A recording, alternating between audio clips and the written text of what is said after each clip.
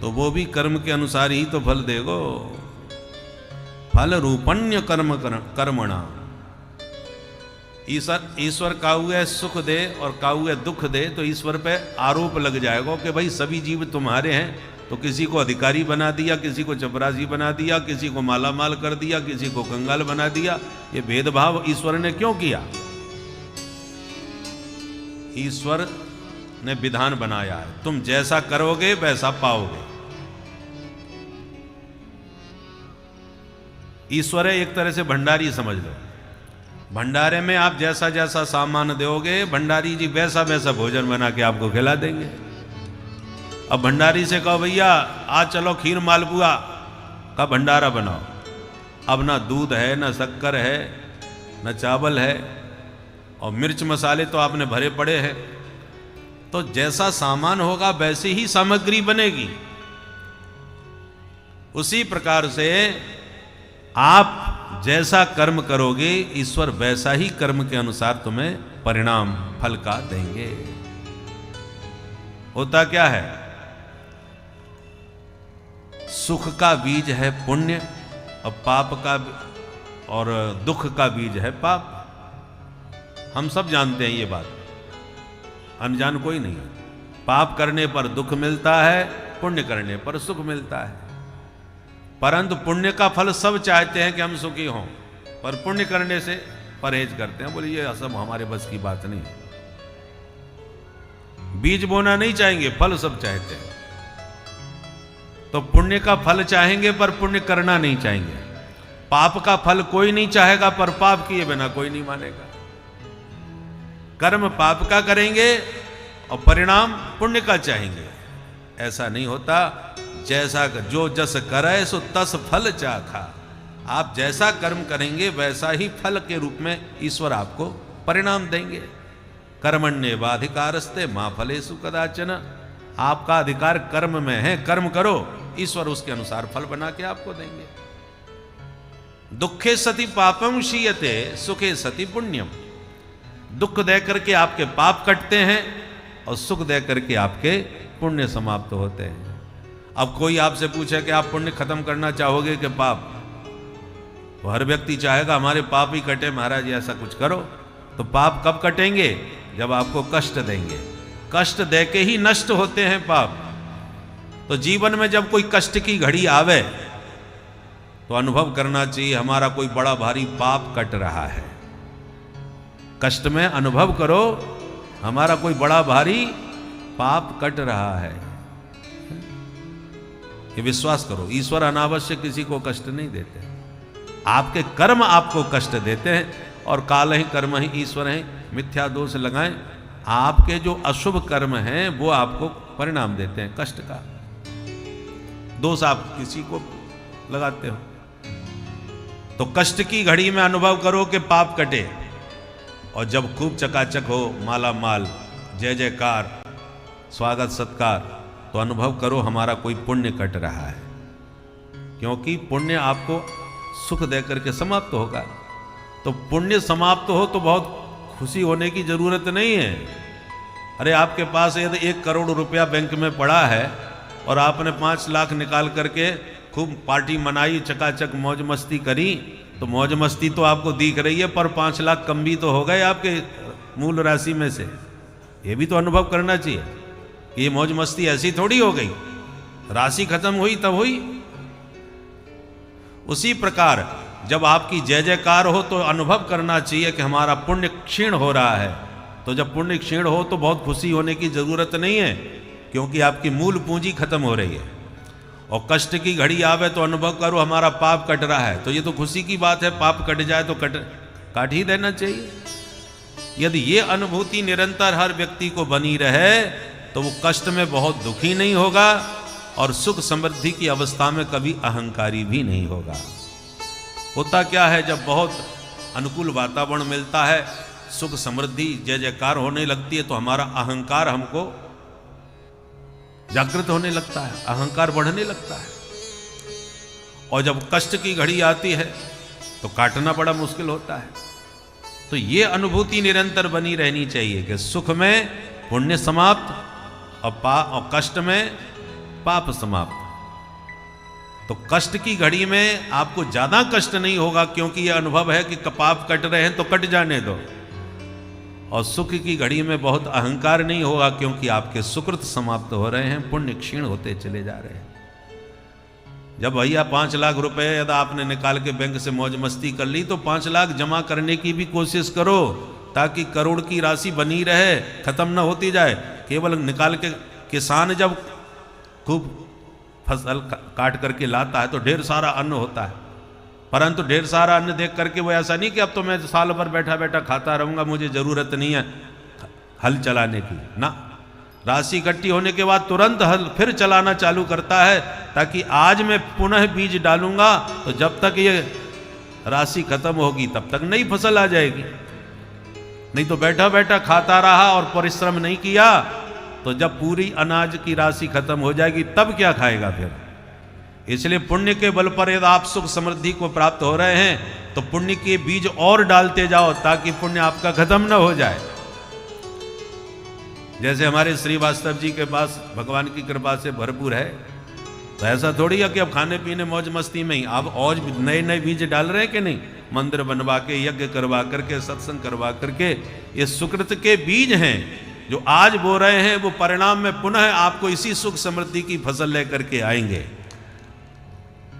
परंतु आप केवल सुख समृद्धि को भोगते ही जाओ और पुण्य का कोई अर्जन न करो, तो एक दिन बड़े बड़े करोड़पति खाकपति हो जाते हैं, हाथ में कुछ नहीं रह जाता।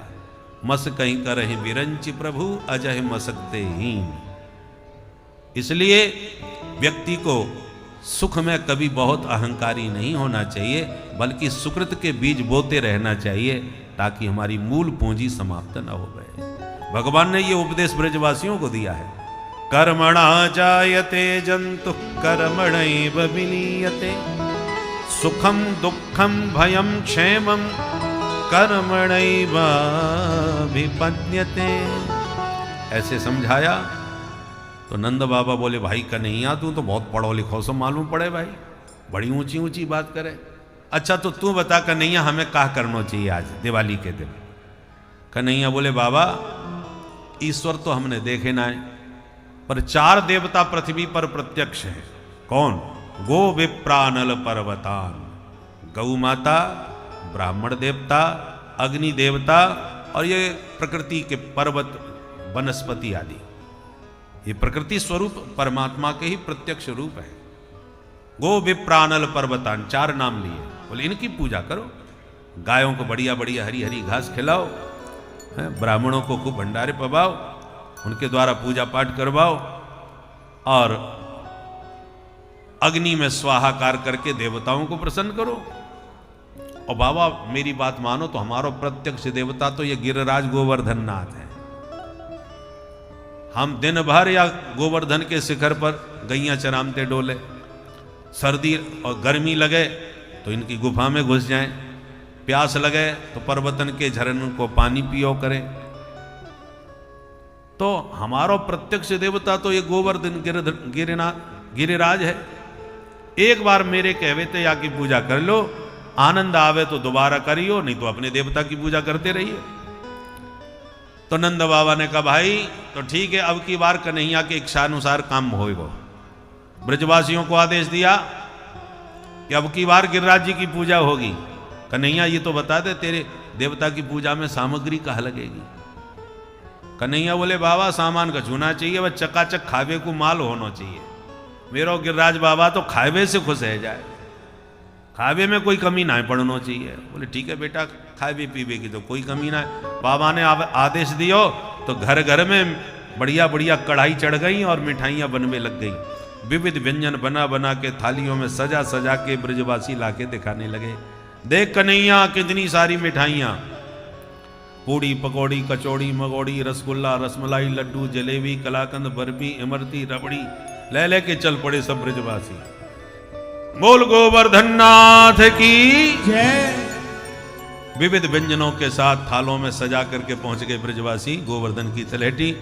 हाँ कन्हैया कहाँ है तेरो देवता? भगवान बोले, दीस नाराय 7 कोस के लंबे चौड़े बैठे। पूरे इतनो बड़ो देवता या की पूजा कैसे करें? भगवान बोले, हम खड़े तो हैं पुजारी, जो कहें सो करो। जाओ पहले स्नान कराओ देवता को। तो ब्रजवासी भर भर के जमुना जल मटका में लावे लगे और चढ़ावे लगे। और कहां 7 कोस के गिरिराज 50 मटका चढ़ाई दिए और अंत में सिर पकड़ के बैठ गए। कन्हैया हमारे बस की बात ना है, ये शालिग्राम भगवान ना है जो 100 ग्राम पानी में डुबकी मार के नहा के बैठा दे। 7 कोस को देवता कब तक नवावे?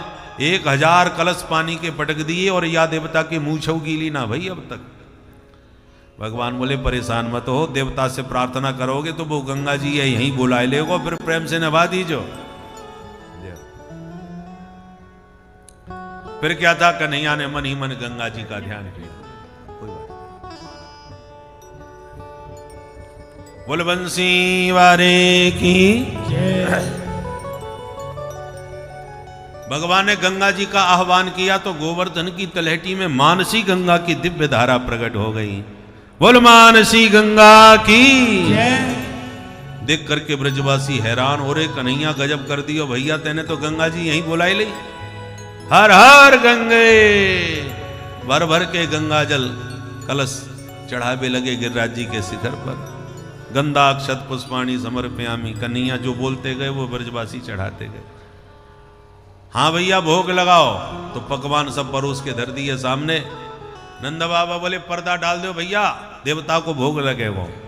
कन्हैया बोले बाबा तेरो देवता होएगो पर्दा में छुप के खावे वारो, मेरे देवता को पर्दा की जरूरत ना है, वो सबके सामने भोग लगाएगो। अच्छो कन्हैया पर है कहाँ देवता? भगवान बोले सब आंख बंद करके मेरे देवता को ध्यान करो, सोई आ जाएगा। और जैसे ही सबने नेत्र बंद करके कहा कि हे गिरिराज बाबा भोग स्वीकार करो, तो भगवान एक रूप में तो पुजारी बने खड़े रहे और दूसरे रूप में भगवान ही चतुर्भुज रूप में गोवर्धन के शिखर पर प्रकट होके बोले लाओ ब्रजवासियों भोग, बोल गोवर्धन नाथ की जय। देखते ही ब्रजवासी दंग रह गए, भैया कन्हैया यही है तेरो देवता? भगवान बोले यही है मेरे देवता, लगाओ प्रेम ते भोग। उठा उठा के भगवान देते गए और गिरिराज बाबा फटाफट सब पाते गए। ब्रजवासी बोले कन्हैया मान गए भैया, तेरो देवता तो चमत्कारी है। वाह, इंद्र की पूजा करते करते हम तो बुढ़े है गए, पर दारिके ने अपनी सूरत हमें कबू ना दिखाई आज तक। और धन्य कन्हैया तेरो देवता के एक दिना की पूजा में ही प्रकट होके हम ते मांग मांग के खावे लग गए। ऐसो सीधो सरल देवता हमने ना सुनो भाई आज तक। ब्रजवासी एक कन्हैया ते बोलो लाला ये और बता दे, ये ते देवता तेरो कितने दिना को भूखो है? हमारे ताई कछु छोड़ेगो कि अकेलो ही सब डकार जाएगो? कन्हैया बोले परेशान काय क्यों है रहे हो, देवता सबन को प्रसादी देगो। जसोदा मैया बोली कन्हैया एक बात पूछूं? हाँ मैया पूछ।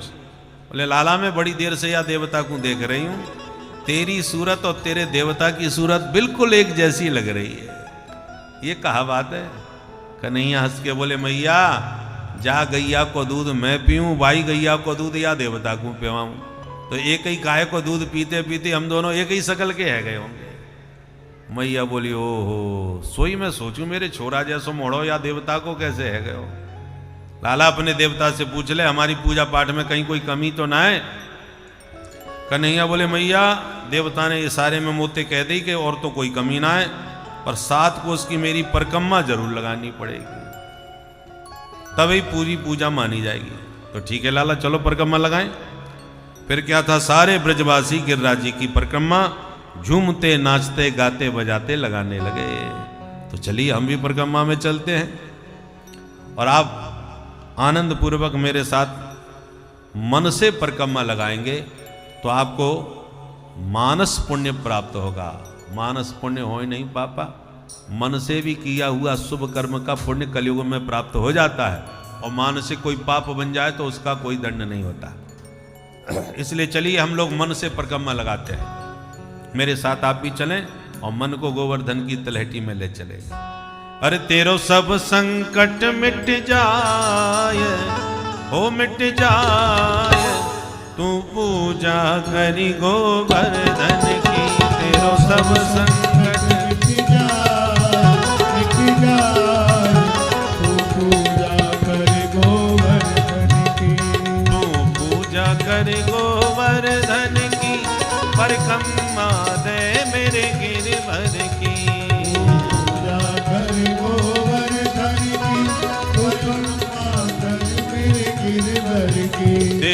जन्म मरण मिट जाए, मिट जाए। ओ पर गोवर्धन की जन्म मरण मिट जाए, मिट जाए। तू पूजा कर गोवर्धन की। तेरो जन्म मरण मिट जाए, तोहे नंद लाला मिल जाए। तू पूजा कर गोवर्धन की। नंद लाला मिल जाए, तू पूजा कर गोवर्धन की। सब मिल प्रणाम पहले कीजय, सब मिल प्रणाम पहले कीजय। पहले साष्टांग प्रणाम करके ही परिक्रमा उठाई जाती है। सब मिल प्रणाम पहले कीजय, सब मिल प्रणाम पहले कीजय। गिरिराज हृदय में धर लीजय, गिरिराज हृदय में धर लीजय। ओ गिरिराज हृदय में धर लीजय। गिरिराज हृदय में धर लीजय। चलो मन में, चलो मन में प्रेम बढ़ाए, ओ बढ़ाए। शोभा निरखो तुम यावन की, मन में प्रेम बढ़ाए, तो बढ़ाए। शोभा निरखो तुम यावन की। तेरो सब संकट मिट जाए, मिट जाए। तू पूजा कर गोवर्धन की। सब संकट मिट जाए, मिट जाए। तू पूजा कर गोवर्धन की। परिक्रमा पहुंच गई पूछरी के लौठा पे। बोल पूछरी के लौठा की जय हो। आगे पूछरी को लौठा है, आगे पूछरी को लौटा है, आगे पूछरी को लौठा है। आगे पूछरी को लौटा है। जो खाए खाए भयो से लौटा है, जो खाए खाए भयो से लौटा है। करो सब, कहो करो सब प्रणाम सिर नाय, सिर नाय। जो रक्षा करे अपने जन की। सब प्रणाम सिरनाय, सिरनाय। जो रक्षा करे अपने जन की। तोहे नंद लाला मिल जाए, मिल जाए। तू पूजा करी गोवर्धन की। कोई नंद लाला मिल जाए, मिल जाए। तू पूजा कर गोवर्धन की। अब परिक्रमा पहुंच गई मुखार बिंद पे। है मुखार बिंद की ये झांकी, मुखार बिंद की ये झांकी। है मुखार बिंद की ये झांकी। मुखार बिंद की ये झांकी। या के मुकुट लकुट भ्रकुटी बाकी, याके मुकुट लकुट भ्रकुटी बाकी। या पे दूध, जहो या पे दूध की धार चढ़ाए, ओ चढ़ाए। इच्छा पूर्ण होवे मन की। याके दूध की धार चढ़ाए, ओ चढ़ाए। इच्छा पूर्ण होवे मन की। तेरो जन्म मरण मिट जाए, मिट जाए। तू पूजा करी गोवर्धन की। तेरो जन्म मरण मिट जाए, मिट जाए। तू पूजा कर गोवर्धन की। परिक्रमा पहुंच गई राधा कुंड कृष्ण कुंड पे। राधा कुंड कृष्ण कुंड गिरी गोवर्धन। माधुर माधुर बंसी बाजे ऐसो वृंदावन। अब राधा कुंड स्नान करो, अब राधा कुंड स्नान करो। हो अब राधा कुंड स्नान करो। राधा कुंड स्नान करो। मन श्री राधे जी को ध्यान धरो। मन श्री राधे जी को ध्यान करो। जो इनकी, जो इनकी शरण में आए, ओ आए। सब व्याधि मिटे तन की मन की। इनकी शरण में आए, ओ आए। सब ध्यान तन की मन की। तेरो सब संकट मिट जाए तू पूजा करी गोवर्धन की। सब संकट मिट जाए परिक्रमा पूरी हो गई, कर गोवर्धन की। परिक्रमा पूर्ण भई पूर्ण काम, परिक्रमा पूर्ण भई पूर्ण काम। नंद बाबा के संग मधुर श्याम, नंद बाबा के संग मधुर श्याम। कर जोड़ो शीस नवाय ओ नवाय, आरंभ करो विधि पूजन की। जोड़ो शीस नवाय आरंभ करो विधि पूजन की। तू पूजा करी गोवर्धन की, परिक्रमा दे मेरे गिरवर की। पूजा कर गोवर्धन की, उपमा कर मेरे गिरधर की। तोहे नंद लाला मिल जाए तू पूजा करी गोवर्धन की। नंद लाला मिल जाए तू पूजा कर गोवर्धन की। तू परिक्रमा दे गिरवर की, तू परिक्रमा कर गिरधर की। परिक्रमा दे तू गिरवर की। परिक्रमा कर तू गिरधर की। बोल गोवर्धन नाथ की। जय। तो इस प्रकार से सब ब्रजवासियों ने झूमते नाचते गाते बजाते परिक्रमा लगाई। और ऐसे शुभ समय पर हमारे बीच में पधारे हैं श्रीमान श्री अंशुमान श्रीवास्तव जी, जो क्षेत्राधिकारी हैं देवरिया के सदर से। हम उनका व्यासपीठ से अभिनंदन स्वागत करते हैं। बोल गोवर्धन नाथ की। जय। तो झूमते नाचते गाते बजाते ब्रजवासियों ने लगाई परिक्रमा और पूजा पाठ करके जैसे ही घर पहुंचे, इंद्र ने अपने सेवकों से कहा, जरा पता तो लगाओ भाई हमारी पूजा क्यों नहीं भाई, हर साल हुआ करती थी दिवाली पर। दिवाली निकल गई, परवा भी निकल गई। सेवकों ने इंद्र को सूचित किया, महाराज आपकी पत्ती साफ।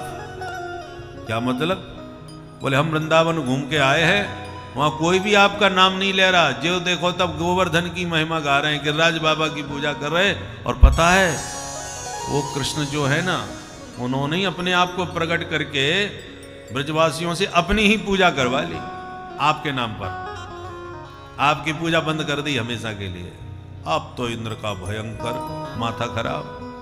भगवान कोई ऊट पटांग बोलने लगा, वाचालम बालिसम स्तभ्यम अज्ञम पंडितमानिनम कृष्णम मर्त्यम उपाश्रित्य गोपा में चक्र प्रियम। इन गमार ग्वालों ने उस वाचाल कृष्ण की बातों में आकर के मेरा इतना बड़ा अपमान किया है, इन सब ब्रजवासियों को मेरे कोप का परिणाम भोगना पड़ेगा। अब वैसे तो इंद्र ने गाली दी भगवान को, पर आचार्यों को उसके शब्द अच्छे नहीं लगे तो उन्होंने शब्दों के अर्थ ही बदल दिए। इंद्र तो कह रहा है वाचालम, भगवान कृष्ण को वाचाल कहा। अब वाचाल का अर्थ क्या होता है? कुत्सितम बहुभाषते, ऊट पटांग बातें जो बहुत ज्यादा करता है उसको वाचाल कहा जाता है। परंतु भगवान के लिए वाचालम कहा तो आचार्यों ने कहा इसका मतलब है भगवान वाचालम। कैसे वाचालम है? बोले वाचा अलम, वाणी जिनका बखान करने में असमर्थ हो ऐसे भगवान है वाचालम। किसकी वाणी में सामर्थ्य है? जो भगवान के दिव्य अति दिव्य गुणों का वर्णन करने में समर्थ हो सके, इसलिए भगवान वाचालम ही है।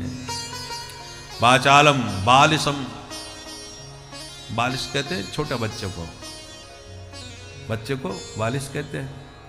तो एक तरह से संस्कृत में किसी को बाल कहना माने मूर्ख कहना है, ना समझ, जिसको कोई सेंस नहीं, नॉन सेंस कहते हैं ना अंग्रेजी में जिसको, ऐसे ही बालिशम तो गाली है एक तरह से भगवान के लिए। परंतु आचार्य कहते हैं ठीक ही कह रहा है, शिशुवत निरभिमानिनम, जैसे छोटा बच्चा एकदम अभिमान शून्य होता है, एकदम परमात्मा का स्वरूप होता है। भगवान तो परमात्मा ही है, बच्चे की, नन्हे बच्चे की तरह। क्योंकि जब प्रलय हो जाता है, कोई नहीं रहता, तब तब बटस्य पत्रस्य पुटे शयानम बालम मुकुंदम मनसा स्मरामि। भगवान बालक बन के ही बरगद के पल्लव पर लेटे रहते हैं और अपने पैर का अंगूठा चूसते रहते हैं। तो भगवान तो बाल मुकुंद हैं, तो ठीक ही कह रहा है बालिशम। भगवान को छल कपट राग द्वेष इन सब से परे भगवान एकदम शिशुवत अभिमान शून्य है, इसलिए कहा बालिशम। स्तब्धम, स्तब्ध कहते हैं अविनीत को, जो किसी को प्रणाम नमस्कार न करे, अहंकार में तना रहे, उसको कहते हैं बालिशम। वो बालिशम तो बोले हाँ, वाचालम बालिशम स्तब्धम, स्तब्ध कहते हैं उसको। स्तब्ध माने अभिमानी, जो किसी को प्रणाम न करे, अविनीत जिसको कहते हैं। बोले ठीक ही कह रहा है, भगवान कैसे अविनीत है। विनीत व्यक्ति कब होता है, जब उससे कोई श्रेष्ठ आवे। अपने से बड़े के आगे व्यक्ति को विनम्रता से हाथ जोड़ के प्रणाम करना चाहिए। अब भगवान से बड़ा संसार में कोई है ही नहीं, तो भगवान को किसी को प्रणाम करने की क्या जरूरत है। तो बिल्कुल ठीक कहा, भगवान अविनीत हैं, क्योंकि भगवान किसी को प्रणाम नहीं करते, भगवान को सारा जगत प्रणाम करता है। इसलिए स्तब्धम। और पंडित मानिनम,